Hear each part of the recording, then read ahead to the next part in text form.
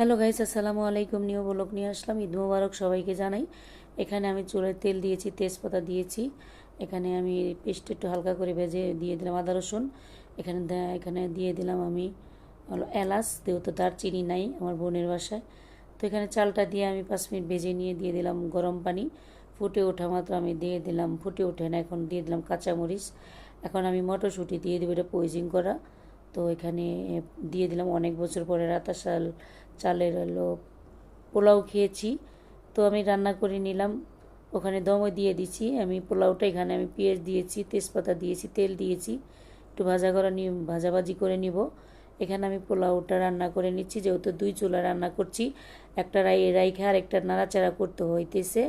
তো এখানে আমি পোলাওটাকে ঢেকে দিয়েছিলাম 5 মিনিট, তো আমি আবার দমে দিয়ে দিব 10 মিনিটের জন্য। তো এখানে আবার হলো আমি এখানে পেঁয়াজটা ভেজে নিয়েছি, এখানে পেঁয়াজ বাটা দিয়েছি, তাও একটু ভেজে নিব ভালো করে। তো একটু কষিয়ে নিচ্ছি। তো একে একে আমি মশলাগুলো অ্যাড করব আর কি। পেঁয়াজটা এখনও গলে নাই, যেহেতু বড় ফালাই ফ্রিজ থেকে দিয়েছি। তো আমি একে একে মশলা অ্যাড করবো। এখানে 2-4 চামচ আদা রসুনের পেস্ট দিয়েছি, 2-4 চামচ আমি কাঁচামরিচ পেস্ট দিয়েছি, এখানে গরম পানি দিয়েছি, এখানে দারচিনি এলাচ গুঁড়া দিয়েছি, এখানে দিয়েছি হলো শুকনো মরিচের গুঁড়া 1 চামচ, এখানে 1.5 চামচ দিয়েছি হলুদের গুঁড়া। এখন সুন্দর করে স্বাদ মতো লবণ। এখানে আমি একটু কষিয়ে নিলাম আলুটা। এখানে মুরগির মাংস বড় বড় পিস করে কাটা 2 কেজি মাংস এখানে রান্না করে নিচ্ছি। তো এই তো কষানো দিয়ে দিলাম। এখানে আবার আমি দমে পোলাওটা দিয়েছি, দেখেন সুন্দর করে।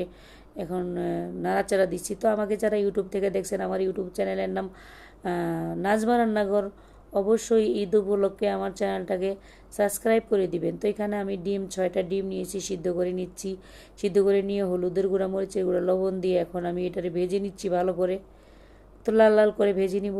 তো ভাজা শেষ হয়ে গেলে এখানে আবার তো আমি তরকারিতে ঝোল দিয়েছি, নাড়াচাড়া দিচ্ছি। এখানে পেঁয়াজ কুচি দিয়ে তেল দিয়ে হলুদের গুঁড়া, মরিচের গুঁড়া, আদা রসুনের পেস্ট, কাঁচামরিচ পেস্ট দিয়ে আমি এখানে ডিমটা ভুনা করে নিচ্ছি।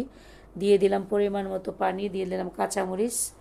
তো এইভাবে রান্নাটা হয়ে গেল। আল্লাহ হাফিজ।